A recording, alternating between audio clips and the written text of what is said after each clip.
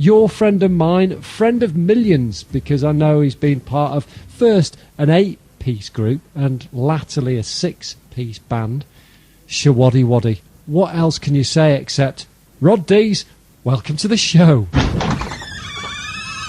I am delighted, as I'm sure you are listening, that we've got Rod Deas here today on the Prince of Wales Theatre Show, the original, the best, and the current bass player of Showaddywaddy. Get a bit of controversy in there, starting things off. 41 years in the hot seat, caressing those strings that sing like angels. If the angels were the offspring of Barry White. Rod, great to have you here. How are you today? Hi, I'm very well, thank you. And where are we? I'm not sure about the best bass player. I'm the only one, so... I believe there were two back in the day, although we're looking in the midst of time. There were, yeah. Originally there were two.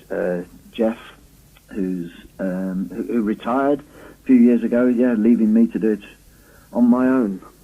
How does that work, Ron? I've always wondered about these bands with multiples of the same instrument. It must be pretty difficult to crank out a tune, arguably the same tune, when you're both playing on the same guitar. Well, no, we never played together. Recording-wise, we used to pretty much take it in turns, who played bass on what. And on stage, we used to take the guitar off and give it to the other one and go and do a bit of jigging about. You're heroes of mine. Last time I saw you play was at Wicksteed Park in Kettering, which is just down the road from where the magic began for Showaddywaddy. I mean, that was several years ago now. You were brilliant, because I've grown up with you, as many people have. You're a real party band, and it shows why you've made millions get their groove on, because you've just got that unique sound. What keeps you coming back? Your fans do. So what keeps you coming back for more after all these years? Well, the fans keep us coming back, and the fact that we do genuinely enjoy it. I mean, I think we feel quite privileged, really, to still be here after so long. Dare I say, 40 years? 40. But yeah, I mean, we've always just had a good time, really. I think Showaddywaddy's known as a band that don't take themselves too seriously. Really enjoy what we're doing, and enjoy seeing the audience enjoying themselves. There's certainly shades of status quo in there as well. I mean, I know when you were rocking around the stage, I remember that, and it was like nothing else. I was wondering whether I was looking at the audience, and I was looking at you folks, and I was thinking, who's actually having the best time here? Because there was that unique experience, and it is an experience, your gig, isn't it? You always bring something new to the party. Well, we certainly try to, yeah. I get what you're saying about status quo. They enjoy themselves, and the audience enjoy listening to them as well. I mean, that's pretty much. If the audience don't enjoy it, then we wouldn't enjoy it. Put it like that. I like that. And you're coming over to Cannock, as so many illustrious bands have done this year, on Friday the 28th of November. So just That's a month right. to Christmas. Yeah, 4 weeks before Christmas, I think. It's a great way to start the festive season there. And let's just look a little bit about the band now. So there's 6 of you, and I think Romeo Challenger and yourself are the original members. Yeah, we are, that's right. We've got a great singer called Andy Pelos. We've got Dean on keyboards. We've got Paul, actually, on guitar. But he's been with us probably 6 years now. So he's quite well known. And we've got Rob, who is a great asset, a great all-rounder. He sings, he does backing vocals, he plays guitar, and he plays drums. So he's pretty much a one-man band. Which must threaten you guys, because if you're not turning up, he can still play the gig. Yeah, he can't do them all at the same time, though. You got me carried away there with your one-man band. Now, this is interesting. Last year, the big 4-0, congratulations belatedly for that, Rod. I mean, that's an epic achievement in itself. But your 40th anniversary tour seems to have been the longest tour in history. This is amazing. And some of the acts that you've taken with you along the way, absolutely staggering. Names of legend. Such as? Well, Bay City Rollers, David Essex and the Osmonds. I mean, that's not bad to kick off with, is it? Yeah, because the Rollers are still going as well. Yeah, absolutely. Les McEwen. Yeah, I saw him not long ago. We were doing an arena tour with the Rollers, ourselves, David Essex, and the Osmonds. That was good. Yeah. It's not been bad. And so how did all that come together then? Because you've got all these luminaries of the music scene touring with you. You obviously know a lot of people in the industry. How did you decide, or did they decide that they were going to tour with you, that you bring all these people together kind of to celebrate those 4 decades of music? Well, it was actually that arena tour was actually put together by a guy called Tony Denton. He put the tour together, and we were asked to go on it.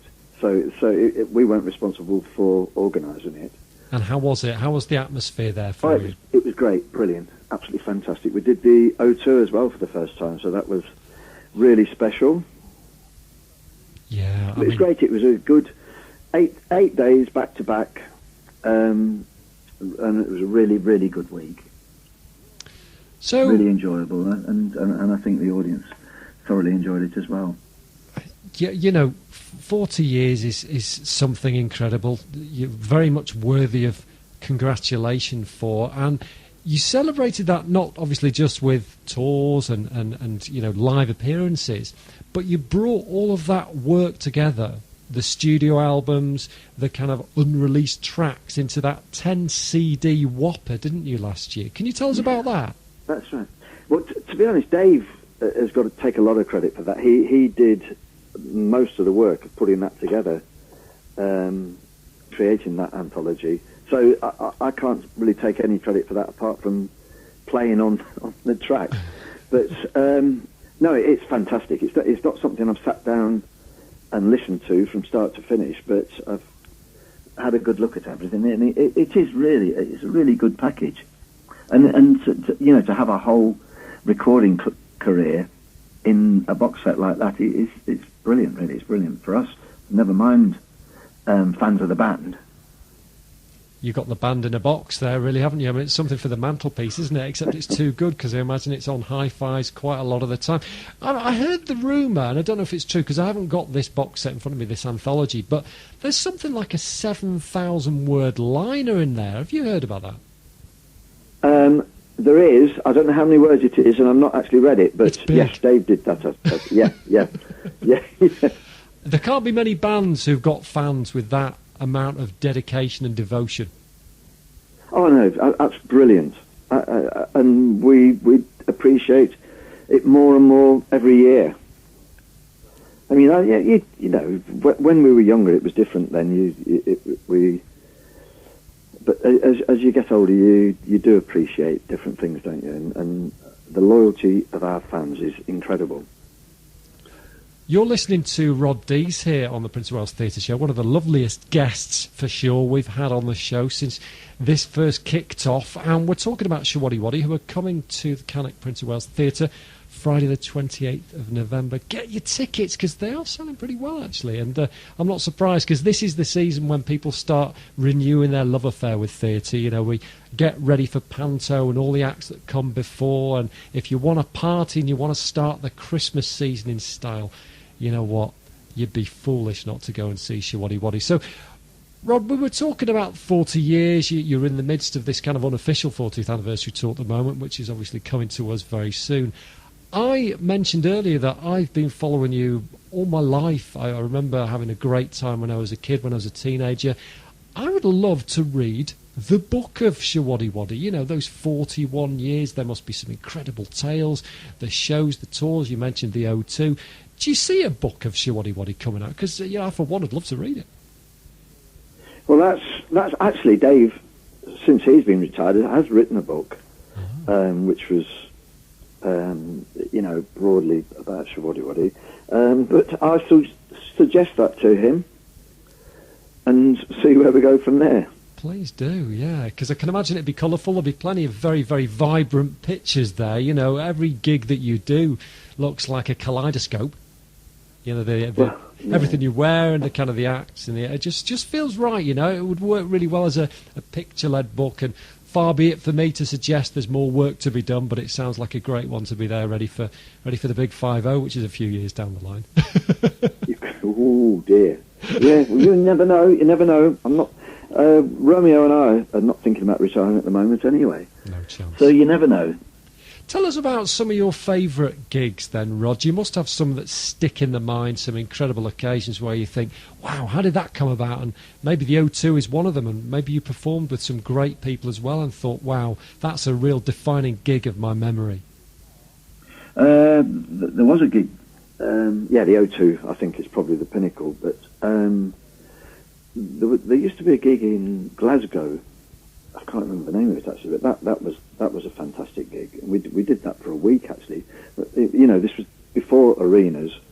It might have been a fortnight actually. I think we were there, but I can't actually remember the name of the gig. But that was exceptional. There's been lots of gigs, to be honest, over the years that are memorable. It's hard picking one out. We've done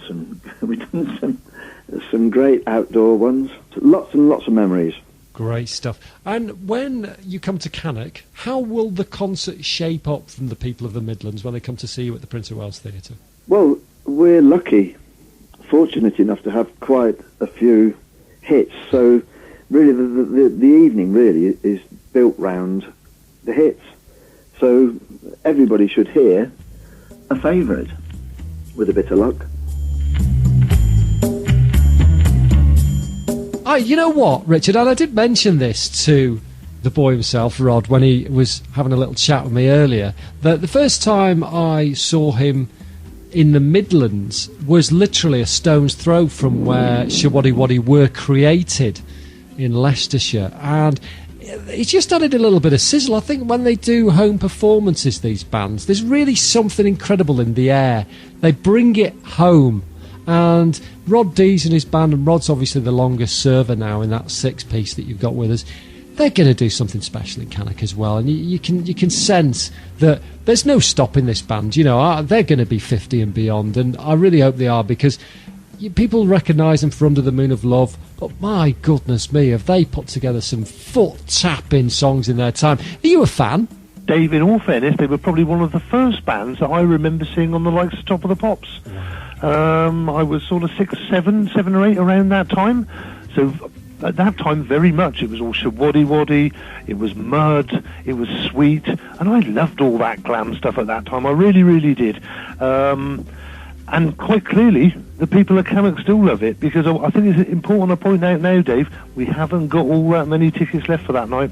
So anyone listening to this who does fancy a bit of 50s, 60s rock and roll, they really need to get on the phone soon,